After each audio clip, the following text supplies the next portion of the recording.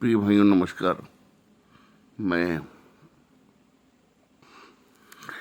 AP से advocate माननीय उच्च न्यायालय खंडपीठ लखनऊ। आज एक बहुत बड़ा प्रश्न है। भारत देश विश्वगुरु और बनाम अंतर्राष्ट्रीय विधि, अंतर्राष्ट्रीय देश, वहाँ की व्यवस्था।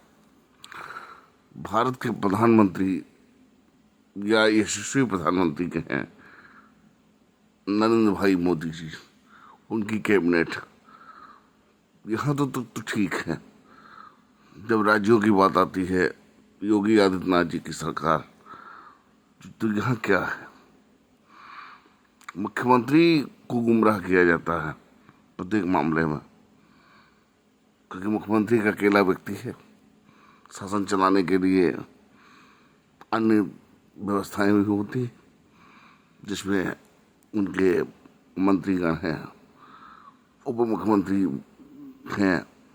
और विशेष तौर पर आज मैं बड़ी हंसी के साथ फिर मैं कहूँगा कि राजा हरिश्चंद्र यूपीएससी द्वारा चयनित महानुभाव आईएएस, आईपीएस और आईएफएस और राज्य लोक सेवा आयोग इलाहाबाद प्रयागराज से चयनित पीसीएस पीपीएस अधिकारियों के बल पर शासन सत्ता चलाई जा रही है। अब यहाँ पर प्रमुखता है बजट। बजट का मतलब है पानी, अथाह सागर, जिसको इन्होंने इकट्ठा किया है जनता का शोषण करके, तरह तरह के टैक्स लगा करके। टैक्स की सद्भावना को अंतर्राष्ट्रीय विधि से लिया गया, लेकिन टैक्स की क्रूरता यहाँ एकदम स्पष्ट है। यहाँ सांस लीजिए तो उस पर भी टैक्स है, पूजा कीजिए उस पर भी टैक्स है, सारी चीज़ पर टैक्स है। और इस पर देश का महान सुप्रीम कोर्ट, भारत का सुप्रीम कोर्ट चुप रहता है। उसको बोलने की जरूरत नहीं है। पहली बात ये हो गई। दूसरी बात, कानून में, सारे कानून भारत में बने हुए हैं, लेकिन वो किताबों के अंदर है। यहाँ पर अंतर्राष्ट्रीय मानवाधिकार की बात मैं करूँगा, जहाँ अमेरिका, यूनाइटेड नेशन, सभी विकसित देशों में मानवाधिकार संगठन है जिनका एक सम्मान है। और एक महमूदाबाद में भी मेरा संगठन है, राष्ट्रीय अखिल भारतीय मानवाधिकार न्याय एवं विधि सुरक्षा संरक्षण ट्रस्ट, जिसका मैं मुख्य ट्रस्टी हूँ। कानून बहुत कुछ है, पुलिस रेगुलेशन एक्ट में बहुत कुछ है, दंडात्मक नियमावली 1991 में बहुत कुछ है, पुलिस में, स्थानांतरण नीति में बहुत है, कुछ है। कहते हैं मुख्यमंत्री राजा होता है। मुख्यमंत्री के पीछे सलामी दीजिए और चटुकारिता कीजिए, मुख्यमंत्री कोई भी हो, और उसे बहुत प्रेम से बेवकूफ़ बनाइए। सरकार किसी की भी हो, क्योंकि मुख्यमंत्री 5 साल के लिए है। और महान व्यक्ति जो यूपीएससी से चयनित होकर आए हैं, ये 60-65 साल के लिए रहते हैं और रिटायरमेंट के बाद विभिन्न आयोगों के अध्यक्ष बन जाते हैं, सूचना आयुक्त बन जाते हैं। मतलब अगर यूपीएससी की मशीन से आप धुल के आए हैं तो जाहिर सी बात है आप में कोई कमी नहीं होगी। और ये एक साजिश के तहत पहले इन्होंने व्यवस्थापिका को प्रभावित किया, विधायक को प्रभावित किया, सांसद को प्रभावित किया। अब न्यायपालिका की बारी आ गई, क्योंकि नियम बनाने की शक्ति विधायिका की है, इसका दुरुपयोग हो रहा है। ड्राफ्ट आईएएस तैयार कर रहे हैं, जो वकीलों का कार्य है, अधिवक्ताओं का कार्य है, वो ये कर रहे हैं, मनमाना नियम बना रहे हैं।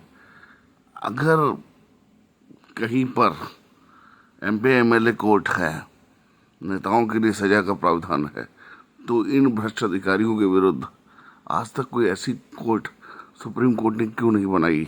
जो राजा हरिश्चंद्र है, अपने को डंका पीटता है सुप्रीम कोर्ट का चीफ जस्टिस, कि हमसे ईमानदार तो इस धरती पर कोई हुआ ही नहीं है। और यही हाल इलाहाबाद के चीफ जस्टिस का है।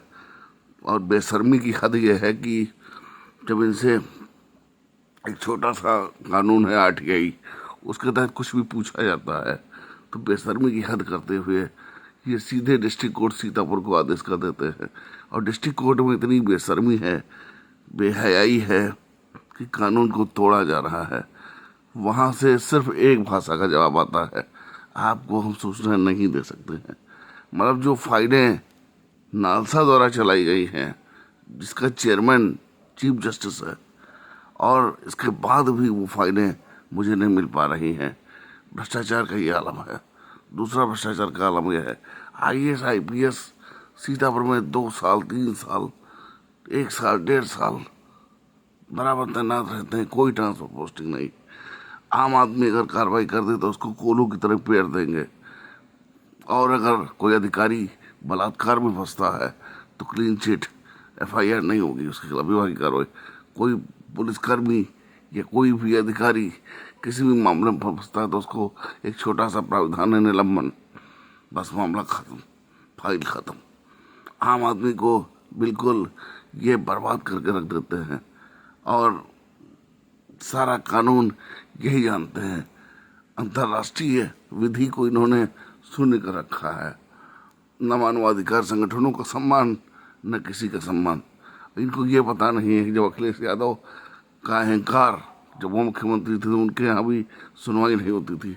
मुकदमा वापसी में अपने लोगों के मुकदमे लिए गए, जनता को नहीं सुना गया। अखिलेश जी तो अपने पदाधिकारियों से भी नहीं मिलते थे। जिसका घमंड एडीएम ने तोड़ा। एक छोटा सा अधिकारी एडीएम होता है जो मुख्यमंत्री को जाने से रोकता है। आज वही हाल योगी जी के साथ हो रहा है।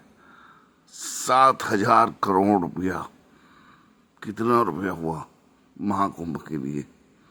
वहाँ की व्यवस्थाएं, जो यूपीएससी है, जिसमें आईएएस बैठते हैं, रिटायर्ड आईएएस बैठते हैं, वो लोगों को चुनते हैं कि आप क्या हैं, आपको जिलाधिकारी बनाया जाता है। लेकिन वहाँ भी पक्षपात है, क्योंकि आईएएस के बच्चे हैं तो आपको सुविधाएं होंगी, इंटरव्यू में भी सुविधा होगी, आम आदमी तो चयनित नहीं होगे। मेरे साथ भी ऐसा है, मैं 5वां अटेम्प्ट दे रहा हूँ यूपीएससी में। जितनी भी कार्य योजनाएं हैं सब भ्रष्टाचार के बल पर चढ़ी है। कैग की रिपोर्ट, सीएनजी की रिपोर्ट, या दिल्ली में तो विधानसभा में रख रहे हैं, यूपी में बताए क्या हो रहा है। सीतापुर जिला ले लीजिए, आईएएस आईपीएस 2 साल 2.5 साल से तैनात है, हटाने की कोई बात नहीं हो रही। थाना महमूदाबाद में एक प्रभारी निरीक्षक है अनिल कुमार तोमर, जो सरकारी अधिकारी के खिलाफ एफआईआर नहीं लिखेंगे। चाहे सरकारी डॉक्टर किसी की हत्या कर दे, जानवर की हत्या कर दे, सरकारी अधिकारी को खुली छूट है। आपके संगठन से है क्या है। आरटीआई में भी एक नया तमाशा है, ऑनलाइन आरटीआई आप करिए, इसके बाद आपको कोई जवाब नहीं है। वही जन सूचना अधिकारी, वही अपीलीय अधिकारी, वही आपको जवाब दे रहा है। और आरटीआई में हाई कोर्ट तो पालन कर रहा है, वो तो आपको जो मूल कापी है वो भाई डाक से भेज रहा है। लेकिन सीतापुर की पुलिस की हालत बड़ी ख़राब है। सीतापुर की पुलिस आपको रजिस्टर्ड डाक से कोई सूचना देना ही नहीं चाहती है।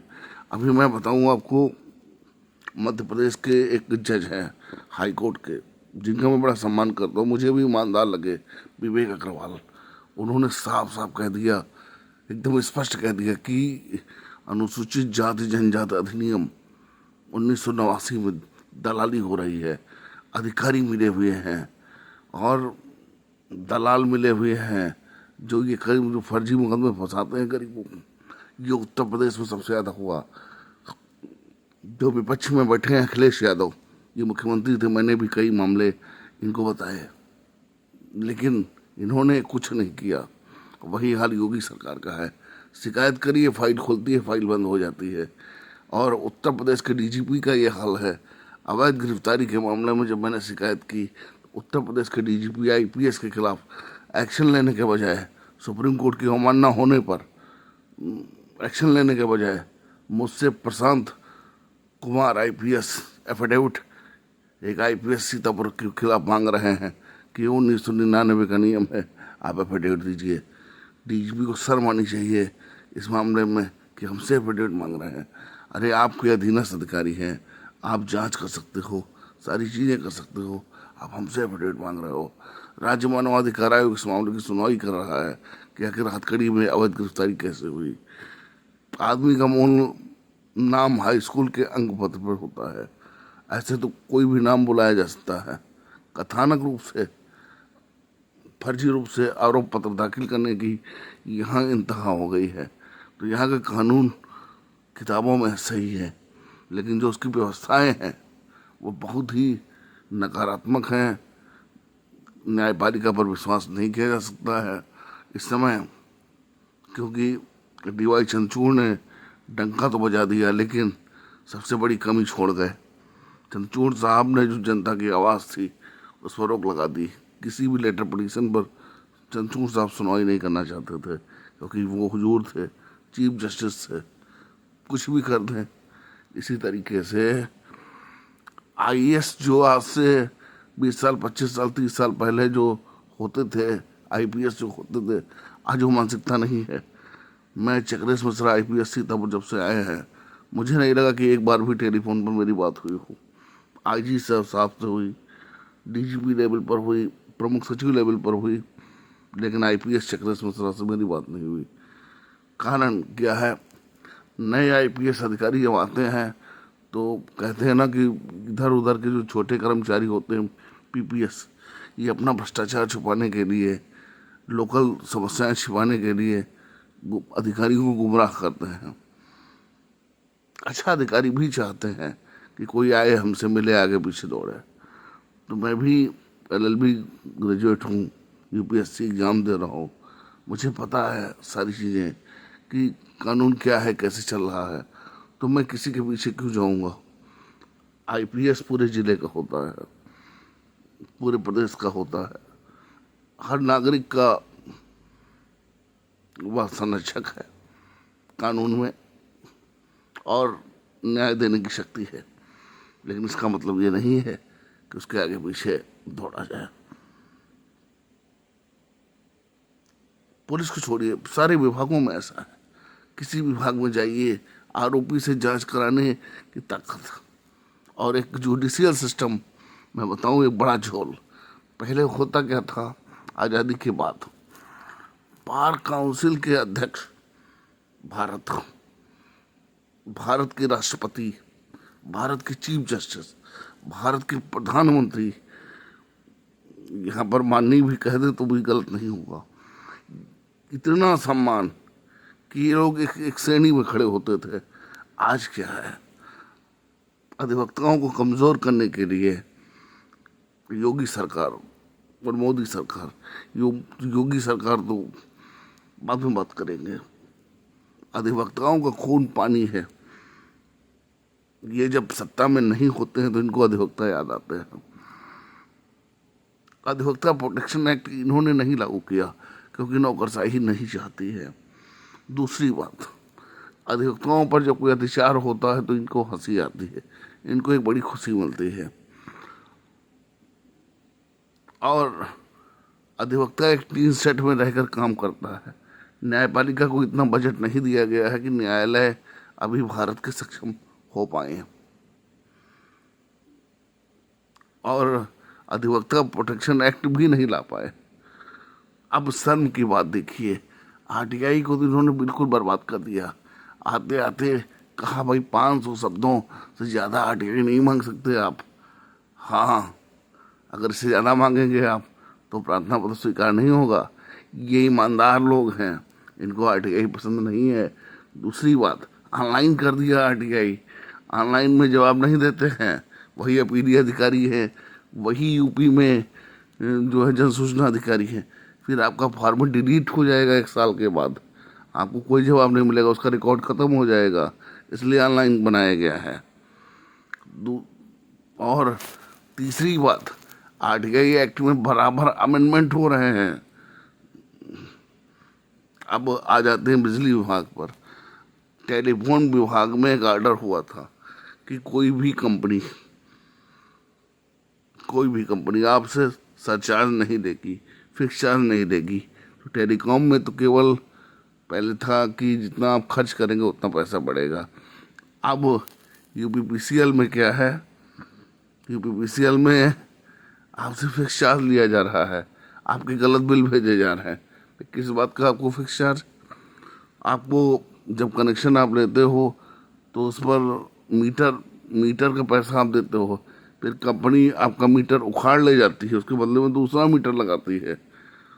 भाई जो चीज़ हमारी है उसको आपको लेने का क्या अधिकार है? और 2,000 रुपये आपकी केबल जुड़वाई नहीं जाती है। दलाली की ये हद है नंबर 1 सॉफ्टवेयर में। बिजली हम खर्च करें या ना खर्च करें, हमारी जिम्मेदारी है। और जब आपने कंपनी बना रखी है तो मामला सिविल कोड से संबंधित है। और मीटर बिलिंग कैसे होगी, आपका किलोवाट कैसे तय होगा, ये संहिता में बिल्कुल क्लियर ही नहीं है चैप्टर में। इतना भ्रष्टाचार, जनता को शुरू से आखिरी तक चूसने का काम कर रहे हैं और बनने जा रहे हैं विश्वगुरु। अमेरिका, ब्रिटेन अपने एक एक नागरिक के प्रति गंभीर है। उनको लगा कि बाहरी लोग आकर के हमारी व्यवस्था डैमेज कर सकते हैं, तो विश्वगुरु को हथकड़ी लगा करके उनके जो गैर कानूनी रूप से लोग रह रहे थे उनको भारत भेजा गया। लेकिन विश्वगुरु की आंखें नहीं खुली। यहाँ कितने लोग गलत तरीके से रह रहे हैं, उनको आज तक नहीं हटाया, क्योंकि वोट बैंक है, लालच बैंक है। मैं ओबीसी से आता हूँ, तो जो बार काउंसिल की स्थिति बनी, बार काउंसिल में एग्जाम 2 बार कंडक्ट होता था, लेकिन अब 1 बार होता है, रिजल्ट देरी से आता है। तो ये सारी अव्यवस्थाएं फैलाई गई हैं। और महाकुंभ में इतने लोग मारे गए, एक छोटा सा आयोग बना करके जांच करवा रहे हो। अरे हिम्मत है तो सीबीआई से जांच करा दो, सुप्रीम कोर्ट से एसआईटी बनवा दो। इतने लोग मारे गए, बस वही राग, वही अश्रुपूर्ण श्रद्धांजलि, वही आ करके रोना की गलती हो गई। और व्यवस्थाएं बहुत अच्छी थी, सबको महाकुंभ में व्यवस्था। मैं महाकुंभ में नहीं गया, महाकुंभ जाने से कोई मतलब नहीं था, क्योंकि ये व्यवस्थाएं रोक नहीं पाए। मरा कौन? मीडियम परिवार, गरीब परिवार। वीआईपी को वीआईपी ट्रीटमेंट था, गरीब पहुंच नहीं सकता, मीडियम परिवार का व्यक्ति मरा। वहाँ पर आंकड़े छिपाए गए और अभी तक कोई कार्रवाई नहीं हुई। लेकिन जिस दिन बीजेपी सरकार गिरेगी, दूसरी सरकारें आएंगी, तो तब भी कुछ नहीं होगा, फाइलों में मामला दब जाएगा। लेकिन मैं चाहता हूं कि अंतर्राष्ट्रीय स्तर पे जो लोग हैं भारत की तरफ देखें। यहाँ मानवाधिकार संगठन एकदम शून्य है, महंगाई चरम पर है, यूपीएससी में भ्रष्टाचार है और सारी संस्थाएं भ्रष्ट हैं। आम आदमी की कोई सुनवाई नहीं है, मानवाधिकार संगठनों को शून्य कर रखा है, कानून के नाम पर शोषण है।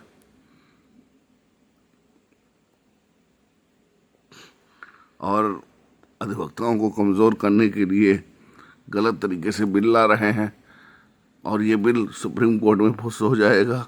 हमारा संरक्षक सुप्रीम कोर्ट है, सुप्रीम कोर्ट जरा भी ईमानदार है तो अधिवक्ताओं की सुरक्षा वो कर सकता है। सुप्रीम कोर्ट शायद वो दिन भूल रहा है जब दिल्ली हाई कोर्ट का मामला था, दिल्ली सुप्रीम कोर्ट का मामला था। मैं किताब देख के बताऊंगा। किसी माननीय न्यायाधीश को पुलिस वाले गलत मामले में पकड़ ले गए थे, उनको शराब पिलाई और उनका साथ यातनाएं दी। फिर सुप्रीम कोर्ट ने एक व्यवस्था लागू की जजों के प्रोटेक्शन के लिए। तो आज वही सुप्रीम कोर्ट या लखनऊ हाई कोर्ट, जिसको मैं कचरा हाई कोर्ट कहता हूँ, यहाँ पर कोई सुनवाई नहीं होती है। क्योंकि जो अच्छे जज हैं, विवेक अग्रवाल साहब जैसे, वो अगर अच्छे जज यहाँ होते भी हैं तो यहाँ की नौकरशाही, यहाँ के लोग उनका ट्रांसफ़र करा देती है। तो मेरी नज़र में कोई यहाँ ठीक ठाक सुनवाई नहीं होती, क्योंकि यहाँ सरकारी वकील साहब जो बोल देते हैं वही रामायण होता है। बाकी कोई मतलब आपसे नहीं है कि आप मेरिट पे बहस कर रहे हैं। क्या है, बस ज़्यादा बस डिसमिस करने की आदत, एक पुरानी आदत है डिसमिस। वही है। तो यहाँ जो वकीलों के साथ बर्ताव हुआ कि 2 कौड़ी का थानेदार, 2 कौड़ी का आईपीएस, जिसको कुछ नहीं आता है, बीटेक करके आता है, आज एक ला प्रोफेशनल, एक अलग प्रोफेशन है, उसके ऊपर अटैक किया जा रहा है, उसको मारा जा रहा है, पीटा जा रहा है। शर्म नहीं आती सरकार को। और दूसरी बात, एक बहुत बहुत मैं खास बात बता दूं कि जो लॉ की विधि है वो बहुत महत्वपूर्ण है। आपने अपने चीज़ों को छिपाने के लिए आईएएस आईपीएस को बिठा रखा है। मैं ये नहीं कहता कि सारे भ्रष्ट हैं, बहुत से ईमानदार अफसर है। विजय शंकर पांडे आईएएस बहुत शानदार आईएएस अफसर है। आमोद कुमार आईएएस ऑफिसर बहुत शानदार है। मतलब आप अपनी व्यथा बताइए और तुरंत एक्शन। और विनोद कुमार दोहरे एक आईपीएस रहे बसपा सरकार में, बहुत शानदार सीतापुर में आईपीएस रहे। क्योंकि मैं 2000 के बाद बड़े करीब से एनालिसिस करना मैंने शुरू किया कि क्या सही है क्या गलत है। सिस्टम पे मैंने काम किया है, एक अच्छी जानकारी के साथ मैं हूँ। भारत में गरीबी नहीं है, गरीबी बनाई गई है। छोटी छोटी योजनाओं का लाभ गरीबों को नहीं मिलता। अगर वो लाभ मिल जाए तो गरीबी नहीं है, महंगाई है। क्योंकि यहाँ बेरोजगारी है। जनसंख्या नियंत्रण कानून नहीं है, जो सबसे पहले लाना चाहिए। अंतर्राष्ट्रीय सीमाएं सुरक्षित नहीं है। अगर वो सुरक्षित होती तो दूसरे देश के लोग, नागरिक कैसे आ रहे हैं। बायोमेट्रिक सिस्टम नहीं है। सरकार के जैसे पहले होता था कि राजा को उनके सचिव सही सलाह देते हैं। रामायण में भी लिखा है, जो हमारा पवित्र ग्रंथ है, उसमें साफ साफ लिखा हुआ है कि राजा को उनके सचिव ही सही सलाह देते हैं। आज सचिव कौन है?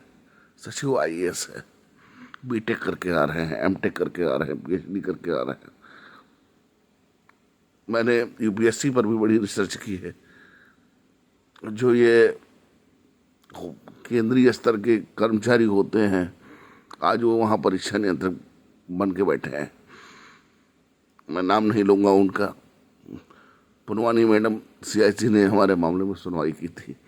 बहुत शानदार अधिकारी है पुनवानी मैडम, मैं उनको प्रणाम करता हूँ। सीआईसी है हमारी और बड़ा आदर करता हूँ। मुझे पता है कि ये लोग किसी न किसी तरीके से यूपीएससी से हमको बाहर करेंगे, मेरा चयन नहीं करेंगे। मुझे कोई दिक्कत नहीं है। मेरा प्रयास रहेगा कि हाई कोर्ट में प्रैक्टिस करने के बाद हाई कोर्ट के जज के रूप में कार्य करेंगे। अगर यूपीएससी मुझे हटाती है, नहीं दे रही है, तो यूपीएससी एक कांच के समान है, कई युवाओं के दिल तोड़ती है और इसमें मैं भी शामिल हूँ। तो यूपीएससी की समीक्षा एक हाई कोर्ट या सुप्रीम कोर्ट के न्यायाधीश बनने के बाद मैं करूँगा। दूसरी बात, यहाँ समस्या इस बात की है कि अंग्रेजी, हम उत्तर भारतीय हैं, सीतापुर से आते हैं, हिंदी बोली जाती है। अब इतनी अंग्रेजी जब बोलचाल में नहीं है तो अंग्रेजी हम कैसे समझेंगे? टूटी फूटी अंग्रेजी है। इतना पैसा नहीं कि ब्रिटेन में जाके पढ़ाई करें या अपनी पीढ़ी को ब्रिटेन में पढ़ाएं। तो मेरी बात हो रही थी अधिवक्ताओं की बात। अधिवक्ता का शोषण होता है और निचली अदालतें जिनको पावर है, सेशन कोर्ट हैं, जिला एवं सत्र न्यायाधीश हैं, इनको भी बड़ी पावर है, ये माननीय है। लेकिन जब उनके सामने प्रार्थना पत्र जाता है और जमानत देने के रास्ते होते हैं, फिर भी इनको खारिज करने में आनंद मिलता है। अब सरकारी अधिकारी महमूदाबाद में है, स्थिति ये हो गई है जनपद सीतापुर में है, सरकारी अधिकारी के खिलाफ मुकदमा नहीं लिखा जाएगा। ऐसा नहीं है कि जब, और ईमानदारी का बात, ये ईमानदारी की परिभाषा है। आईपीएस आईएएस जब व्यक्तिगत तौर पर ईमानदार होते हैं तो ऐसा लगता है कि पूरी सरकार ईमानदार है। और जब आईएएस आईपीएस भ्रष्ट होते हैं तो उनमें एक खास बात होती है, वो बात नहीं करते। आपका जो सही लॉजिक है उसको सुनना नहीं चाहते हैं। उसमें एक एटीट्यूड होती है, भाषा में एक समझ लीजिए एक कठोरता होती है। ये भ्रष्टाचार की प्रमुख निशानी होती है। आपको डराएंगे, धमकाएंगे, ऐसी भाषा का प्रयोग करेंगे वो। लेकिन जो अच्छे अधिकारी होते हैं आपको बैठने के लिए कहेंगे, प्यार से बात करेंगे। और बात करने के सडनली अगर मामला कोई बहुत गंभीर नहीं है तो 2 घंटे, वरना 5 मिनट के अंदर आपको रिस्पॉन्स मिलेगा। अच्छे अधिकारियों की बात बताऊं, और एक अच्छे अधिकारी के रूप में मैं और बताता हूँ, इसमें वो पुलिस अधीक्षक हैं शायद कानपुर नगर में, और मेरे बहुत अच्छे मित्र रहे, महमूदाबाद में भी उन्होंने सेवाएं दी। अजीत सिंह चौहान इंस्पेक्टर के रूप में काम किया, कभी कोई किसी को समस्या नहीं हुई। शायद वो जहाँ रहते हैं वहाँ भी समस्या नहीं है। और मैं विनोद कुमार दोहरे की मैं बात बताऊँ, वो एसपी थे और हमारे परिवार में हमारी ही ज़मीन पर बटाई नहीं हो रही थी, हमको दे नहीं रहे थे। बचपन था, मैं छोटा था। दोहरे साहब से मेरी बात हुई कि समझिए 15 मिनट भी नहीं लगे होंगे, और ये 2007 की बात है। फ़ोन आया और तुरंत हमारी मदद हुई।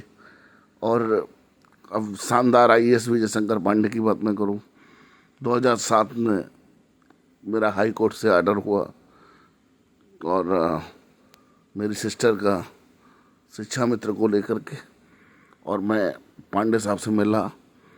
इमीडिएटली अगली पेशी पर डीएम साहब बुलाए गए, मैं भी था, बात हुई, सारी चीज़ें हुई, और उन्होंने हमेशा मदद की, विजय शंकर पांडे साहब ने। फिर रविंद्र कुमार साहब आए, हमारे कमिश्नर लखनऊ के, उन्होंने बड़ी मदद की। फिर प्रशांत कुमार एक आईएएस रहे हैं, शायद अभी हैं, उनसे मेरी मुलाकात हुई, उन्होंने काफ़ी मदद की।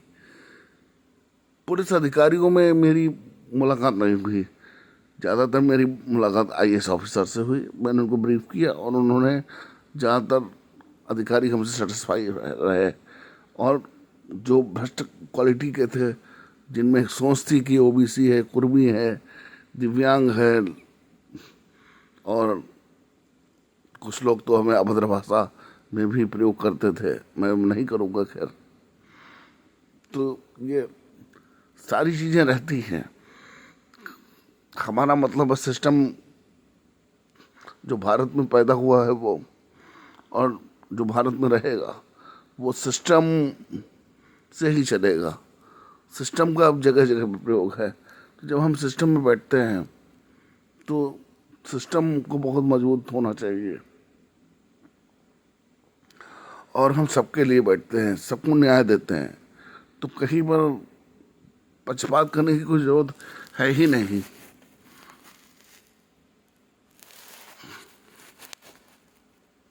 और जो लोग दुष्ट हैं उन पर बुलडोजर चलना चाहिए, योगी जी की तरह एक्शन लेना चाहिए।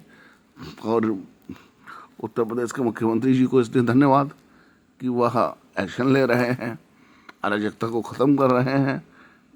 ये उत्तर प्रदेश में पहली बार हुआ है। लेकिन प्रशासनिक ढांचे को शायद अभी सख्त कार्रवाई की ज़रूरत है।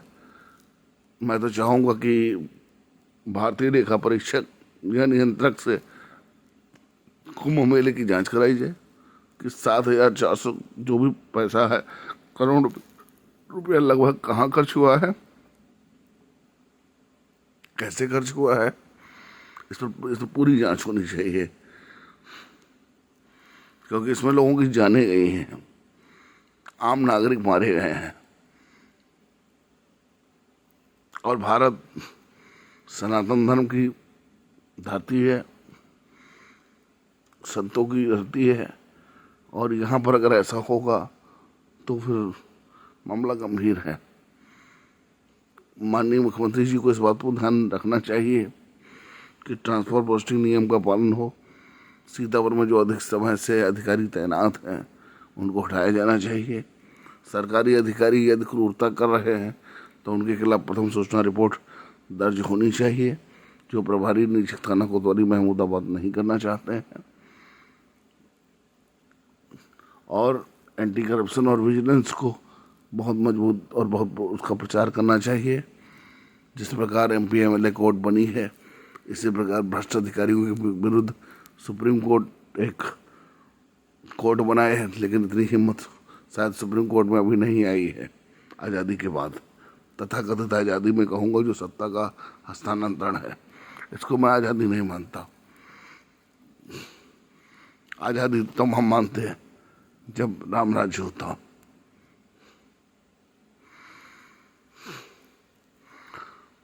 मेरा उद्देश्य किसी का अपमान करना नहीं है, मेरा उद्देश्य किसी की भावनाओं को ठेस पहुंचाना नहीं है।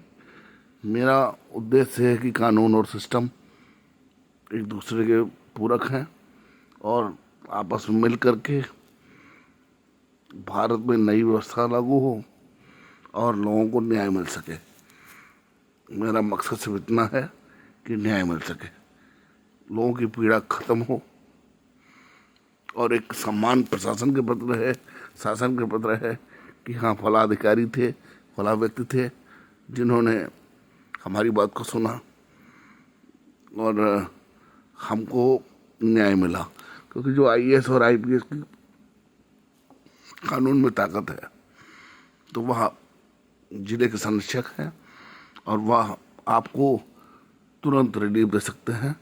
उसमें एक बड़ा नाम ले लूँ, थाने में इंस्पेक्टर, वो बहुत बड़े अधिकारी होते हैं, बहुत बड़े साहब होते हैं।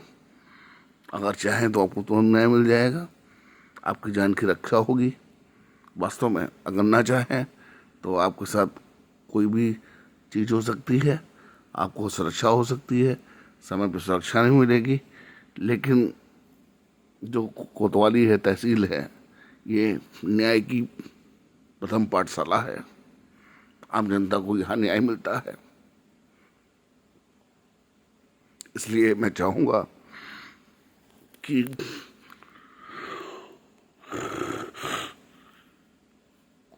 Japan, America, United Nation, England, इन देशों में बौद्ध धर्म है और वहाँ पर अपराध क्यों नहीं है, इसका विश्लेषण करके भारत अपराध मुक्त रखा जाए, भ्रष्टाचार मुक्त रखा जाए।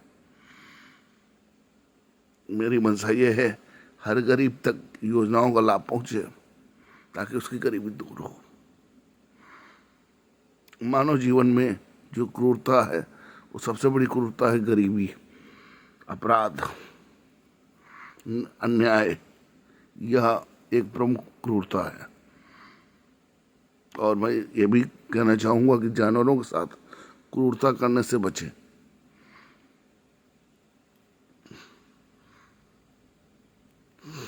जय हिंद, जय भारत।